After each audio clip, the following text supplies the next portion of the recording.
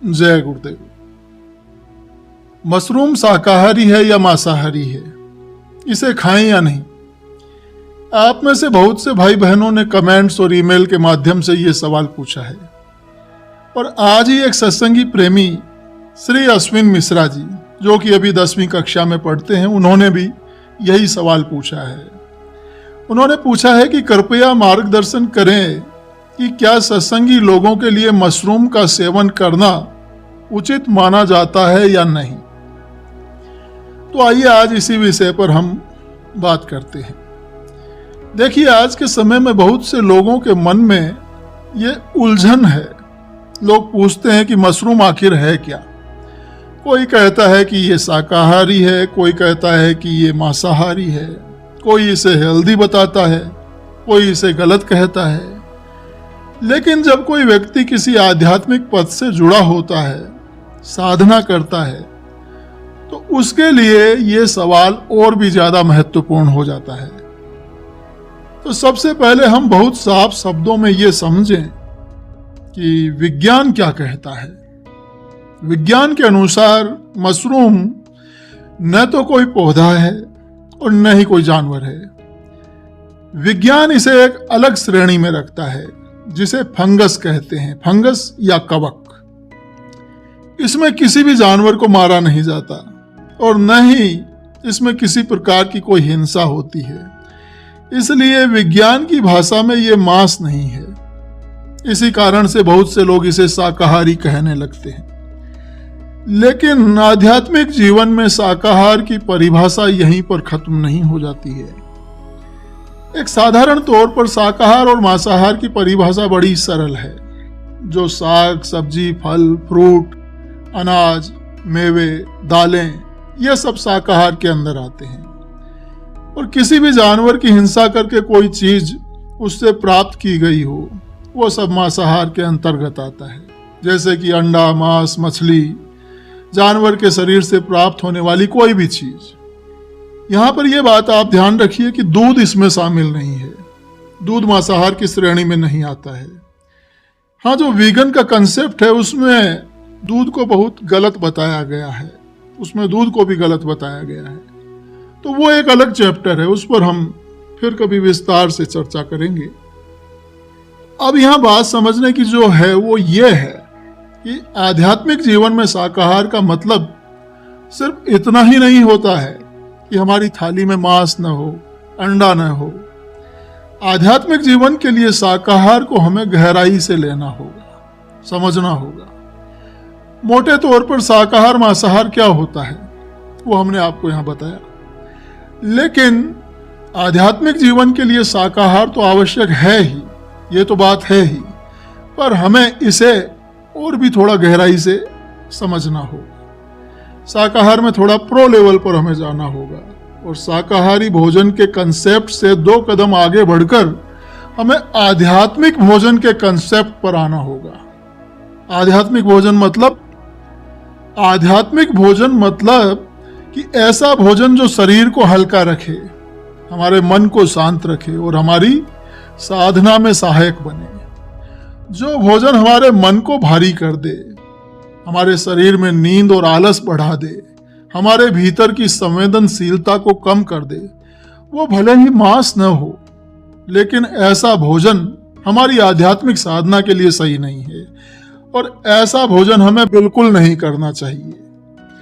अब आयुर्वेद के दृष्टिकोण से हम बात करते हैं, क्योंकि आयुर्वेद शरीर और मन दोनों को साथ रखकर चलता है।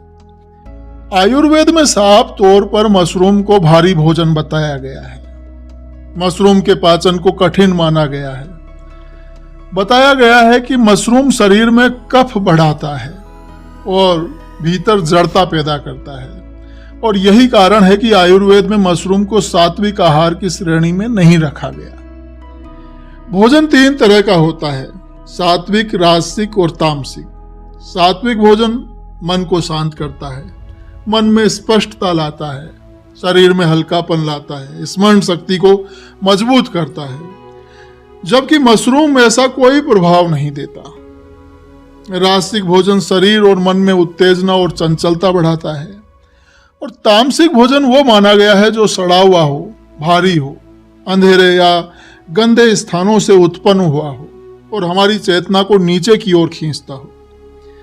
तो मशरूम नॉर्मली अंधेरे और सड़न वाले वातावरण में नमी में उगता है, इसलिए वैदिक परंपरा में इसे तामसिक भोजन की श्रेणी में रखा गया है। अब अगर हम अपने संत महात्माओं, योगियों, ऋषियों, मुनियों, इनके जीवन को देखें तो यहाँ ये बात और भी साफ हो जाती है। किसी भी पुराने आश्रम, किसी भी संत महात्मा, ऋषि, मुनि, योगी, इनकी दिनचर्या को आप उठाकर देखिए, इनमें से किसी के भी भोजन में मशरूम का उल्लेख कहीं नहीं मिलता। जिन्होंने ध्यान किया, जिन्होंने साधना की, उन सब ने हमेशा बहुत सरल, हल्का और शुद्ध शाकाहारी भोजन किया, शुद्ध भोजन किया। सब ने अपने अनुभव बतलाए कि भारी भोजन से साधना में सुस्ती आती है और साधना के दौरान होने वाली सूक्ष्म अनुभूतियां दब जाती हैं।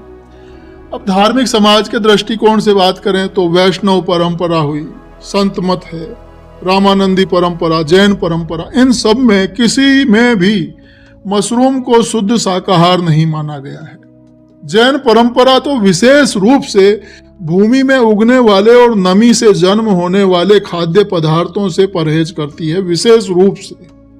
और इसका कारण यही है कि आध्यात्मिक साधना में सूक्ष्मता चाहिए, भारीपन नहीं। तो 100 बात की एक बात है कि मशरूम को आप मांसाहारी कहें या न कहें, लेकिन यह सात्विक भोजन नहीं है। एक साधारण आदमी जिसे सिर्फ स्वाद लेना है और पेट भरना है, वो अपनी समझ से निर्णय कर सकता है। लेकिन जो व्यक्ति किसी आध्यात्मिक पथ को फॉलो कर रहा है, जो भीतर की अंतर यात्रा के मार्ग पर है, जो ध्यान, भजन और साधना को महत्व देता है, उसके लिए मशरूम ग्रहण करना उचित नहीं है। सच्चा आध्यात्मिक भोजन वही होता है जो शरीर से ज्यादा हमारी चेतना को पोषण दे, हमारी चेतना को पोषित करे, जो हमारे मन को शांत करे, इंद्रियों को हल्का रखे और हमारी आध्यात्मिक साधना में हमारी सहायता करे। इसलिए अगर कोई व्यक्ति अपने जीवन को धर्म और आध्यात्मिक साधना के अनुसार ढालना चाहता है तो उसके लिए यही समझदारी है कि वो मशरूम जैसे भोजन से दूर रहे और वही आहार अपनाए जिसे हमारे शास्त्रों ने, हमारे संतों ने और उनके अनुभव ने शुद्ध माना है। कोई भी भोजन करने से पहले हमें यह जरूर सोचना चाहिए कि ये भोजन मेरे मन पर, मेरी चेतना पर, मेरी साधना पर क्या असर डालेगा। तो मशरूम वैज्ञानिक रूप से मांसाहारी नहीं है, लेकिन हमारे आध्यात्मिक साधना मार्ग के अनुसार यह सात्विक शाकाहार नहीं है। इसलिए एक आध्यात्मिक साधक के लिए मशरूम खाना उचित नहीं है। मशरूम की तरह ही अगर किसी और चीज को लेकर भी आपके मन में कोई सवाल हो तो आप अवश्य बतलाइएगा। उन सब विषयों पर भी आगे चर्चा की जाएगी। जय गुरुदेव।